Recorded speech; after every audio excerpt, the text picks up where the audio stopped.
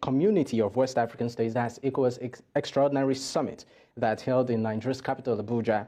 And the reason for that summit part of what was discussed includes political and security matters in the sub-region.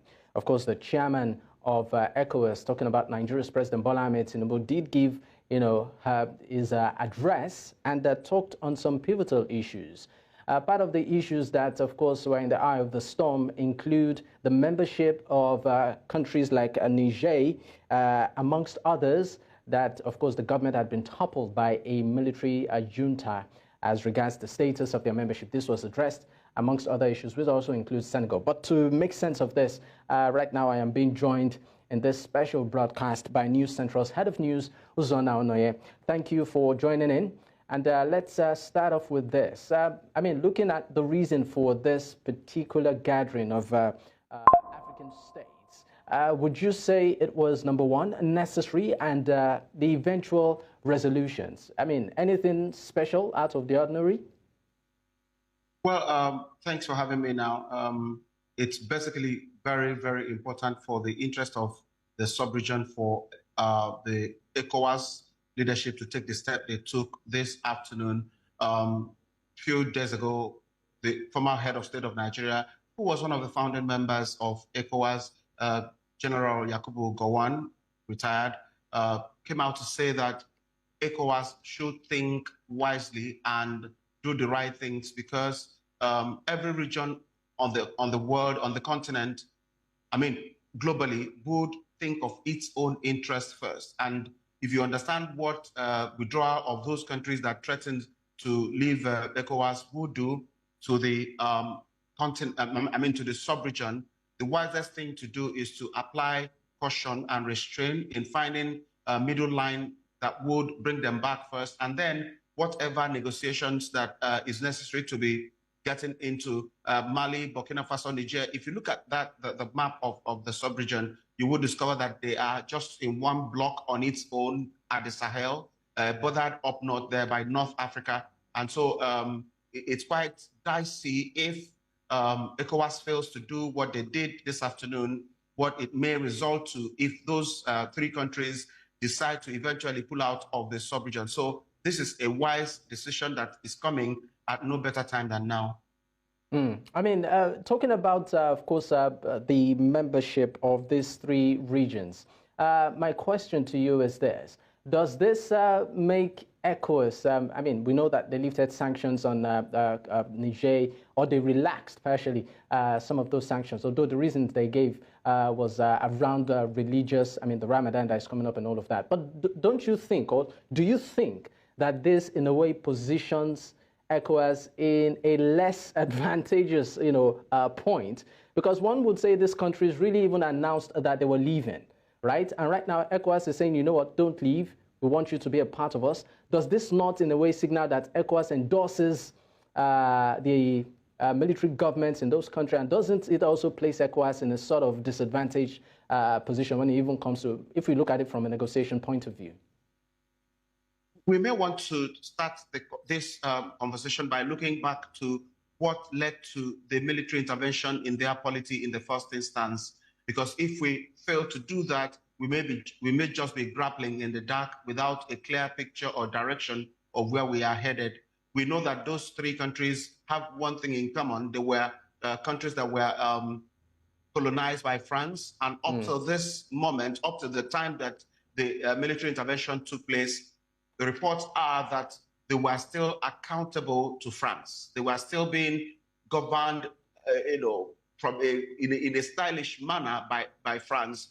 The natural resources that are deposited by the creator of the earth in those countries are still utilized primarily, first of all, by France. So when you understand also the role of bad governance over the years in those countries, like many other countries on the sub-region, and albeit on the continent as a whole, you would find reasons to see why there was the military intervention in the first place. So, having established that the military intervention didn't happen in isolation, it was triggered by a lot of other factors that have been there, you will now ask yourself, if ECOWAS allows these countries to go, to withdraw from ECOWAS, who will be the biggest loser? Yes, a lot of people will argue that the three countries will be landlocked, that they will not have access to the sea, or they will be landlocked within Africa, but not within West Africa, because they still have access to North Africa through Algeria and Libya. And so it's a question that ECOWAS answered, I guess. They answered, they weighed all the options. Who will be the biggest loser? Their withdrawal will further shrink the size of ECOWAS.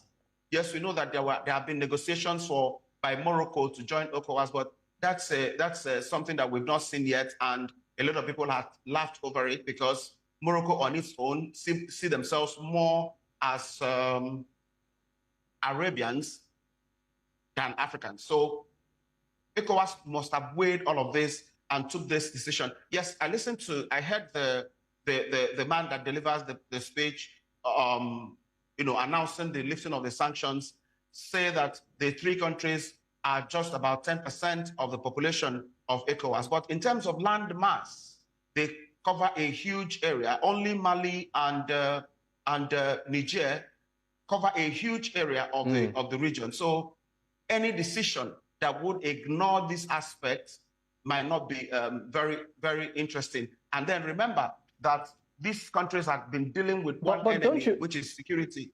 But don't you think that this, in a way, sort of waters down the influence of ECOWAS? Because for many other countries that might just be looking, they'll say, okay, fine, it looks like ECOWAS maybe is sort of dancing to their tune, because these three countries, when they announced it that they would leave, it looked like they had nothing to lose. And right now we are seeing an ECOWAS saying, you know what, even though we know that your government, your democratically elected government, has been toppled, let's give you a bit of a pat. And what kind of signal do you think this sends to other countries?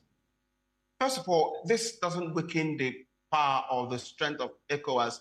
ECOWAS is not a military force. It's a sub-regional voluntary body that each country signed up to belong to. And that is why Mali, Niger, and Burkina Faso are able to announce that they will withdraw in the first instance. So if ECOWAS realizes that allowing these three countries to go is not in the best interest of the sub-region, and then reverses its earlier decision, it is in the right direction, because it only opened the channel for further negotiation. It doesn't sound like endorsing military intervention across the sub-region or other parts of the continent. It does not sound like saying, okay, your sins are forgiven, we don't care anymore whether you are under a democratic government or not.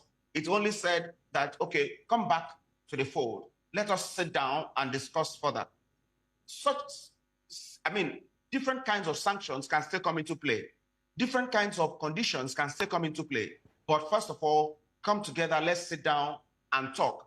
And I think that there is nothing that provides solution to difficult situations than negotiations and engagements and talking. And I think that the decision by ECOWAS to take this step only opened the door for further negotiations. Let's move to Senegal right now, because we also understand that, during that summit, that was also part of the conversation. In fact, the chairman of ECOWAS, talking about President Bola Ahmed Tinubu, did commend President Macky Sall for, saying that he would step down on the constitutional, approved date as regards the expiration of his tenure. However, we also know that the president also did advocate for negotiation between the opposition party and, the president. That's the ruling party. But what do you make of the organization's, I call it intervention with what is going on with the political impasse in Senegal? It's actually called diplomacy, I think. That's what it is. ECOWAS cannot step into Senegal to say you must have elections or anything in that line. But ECOWAS can tell the president, thank you so much for saying that you would step down when your tenure runs out. That's also telling the president, we are watching you to ensure that you keep to your words. Yes, the president of Senegal government of Senegal this time hasn't announced a new date for election. And a lot of people have been wondering, and debates have been going on, what the president said. He said he will step down when his mandate ends in April. And when your mandate ends in April, you step down, what happens next? Will nature begin to condone vacuum because Senegal is involved? Who will take over from you when the government has refused to announce when elections will hold, barely 3 months to the expiration of the president that has been in power? And so it leaves a lot of questions begging for answers. But ECOWAS mentioning it at this summit today, for me, is a notice served at President Sall of Senegal that whatever is happening in Senegal, ECOWAS is closely watching. And it will be interesting to see how the government of Senegal and the president navigate this period, navigate this corner without coming out clearly to announce the timetable for transition. Because if the president says his tenure is ending in April and he will step down as Constitution provides in April, which is barely 2 months away, there should be a clear transition program. There should be a clear date for elections. There should be a process that could be monitored and verified by everyone to ensure that someone is democratically elected. If this fails, what it simply means is that another military coup may be brewing somewhere in the sub-region if President of Senegal fails to do the right thing, except he is planning to transit from from a democratically elected president to something else and still be in power. Sorry to cut in. A doubt. Sorry to cut in, Uzo, but do you think ECOWAS really is doing enough to foster, a democracy, particularly amongst its member states, besides having these meetings where head of states come together, discussions are made, and at the end of the day, they go back and it looks like, it's business as usual. Do you think ECOWAS has in place some sort of mechanism to ensure that democracy is promoted, is entrenched in many of its member states, and that the people themselves enjoy the dividend of good governance? You came to the point, the place that my mind was on at the end of your question, which is good governance. If ECOWAS fails to hold their members, that is the heads of government, accountable, if ECOWAS fails to ensure that the people of the sub-region, not just the few people that are privileged to be in the position of leadership, if ECOWAS fails to ensure that the sub-region on its own is independent in the real sense of being independent, we will continue to see a merry-go-round kind of situation among the leaders of the sub-region where they appear to be blowing hot and cold at the same time. We will continue to see things that looks as if the sub-region has become a toothless bulldog. That's what the situation is, because we have seen cases of bad governance cut across the sub-region and other parts of the continent where somebody will be in power for several decades and still holding on to power, where somebody would come into position of rulership or leadership through means that are not transparent and subdue everybody, intimidate everybody to silence. If we continue to have that, we will continue to see a sub-region that will not be very stable. And so for ECOWAS themselves, it's a test. This is a huge test for the sub-region, the leadership of the sub-region, a huge test for them to look inwards. But the question is, how can they do this? Because the people that are saddled with the leadership of the sub-region have questions to answer by themselves. They have burdens of integrity hanging over their neck. And so I'm not too sure how easy it will be for them to take the hard stand and begin to demand accountability from themselves. All right.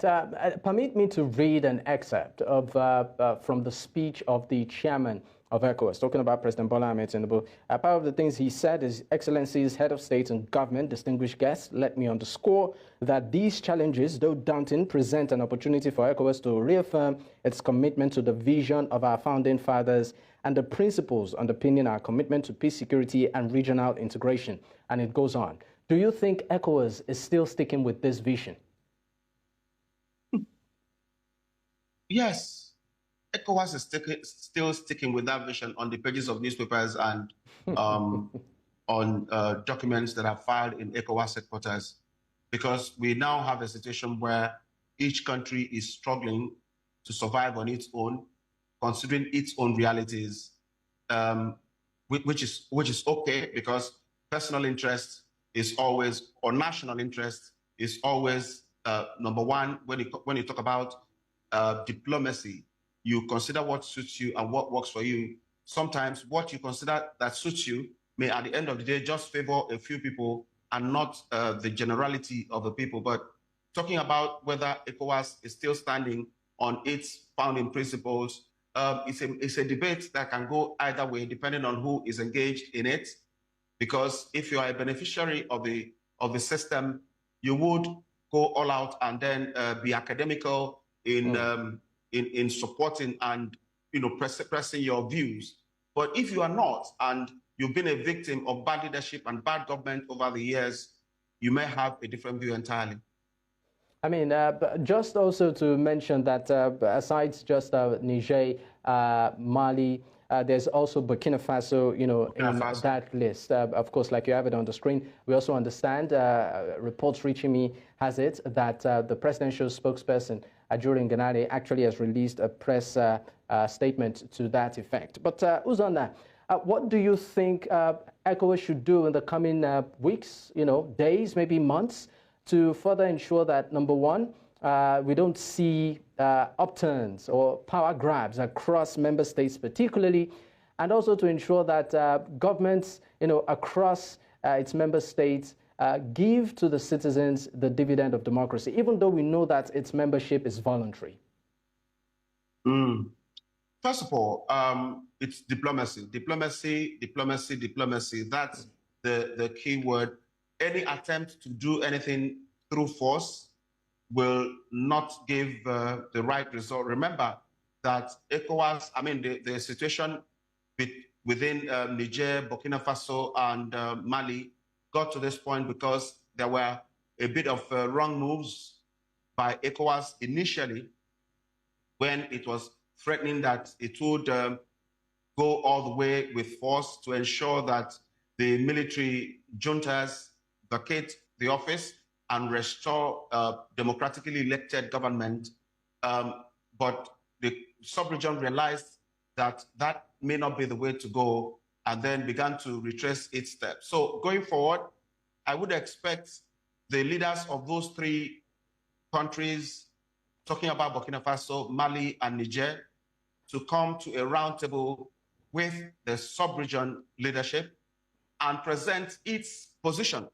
Yes, they have their reasons to have taken the steps they have taken. And then the sub-regional leaders would also engage them on the gains and benefits of democracy. I usually have a challenge understanding or explaining that democracy itself is also, encourages also the people themselves determining, by definition of democracy, I mean, the people themselves determining the way they should be governed. Because if democracy, by that broad definition, government of the people, for the people, and by the people, it then means that whatever way of governance that suits the people, they adopt it. That is their own brand of democracy. Democracy does not have to be uniform, because every people of the world, we are not the same.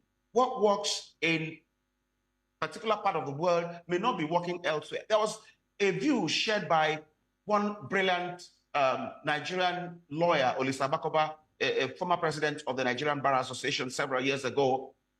In an interview, he said that Nigeria needs, at that time anyway, that view may not apply to today's Nigeria. He said that Nigeria needs a benevolent dictator. He laid his grounds, he made his points, explained what he meant by that, and that was his thought. It is also possible that this may apply to some other countries on the sub-region. So what I'm saying is that this is a time for all the leaders of the sub-region to bring in their brothers, if we keep calling ourselves brothers of the sub-region, bring in their brothers to a room around the table and have a proper, thorough engagement and conversation and negotiate. Everything is done by negotiation, everything is done by negotiation and not through force. So if I'm to get you, if I got you correctly, you are saying that democracy should be adaptable, depending on the culture and, of course, the way of life and the priorities of the country or the peoples involved. That's my view. That's my view. I may not be absolutely correct, but this is my view. Take a case of Nigeria. Look at Nigeria as Nigeria is.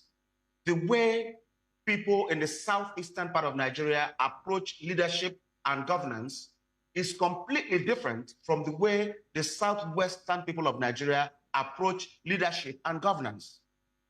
All of these are completely different from the way the core northern part of Nigeria approach leadership and governance. But all of this could be put on the same table as democracy. And then you adapt how it suits you.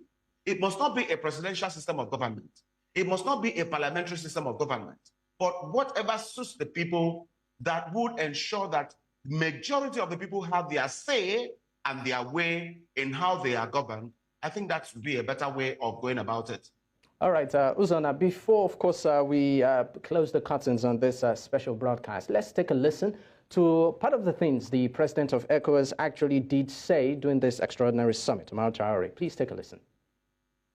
Our sanctions regime should be assessed correctly. The list I have given relates mainly to Niger because all the other countries still have political sanctions on them. So the border closures, the commercial sanctions and all that are on Niger, and that is what the leaders have decided to lift. But individual sanctions as well as political sanctions remain in place in Niger. Now, for other countries, political sanctions remain. That is the limited ability to attend ECOWAS summits as well as ministerial sessions. On sanctions, the authority has resolved as follows. The authority has resolved to lift with immediate effect the following measures imposed on the Republic of Niger. A, closure of land and air borders between ECOWAS countries and Niger to be lifted.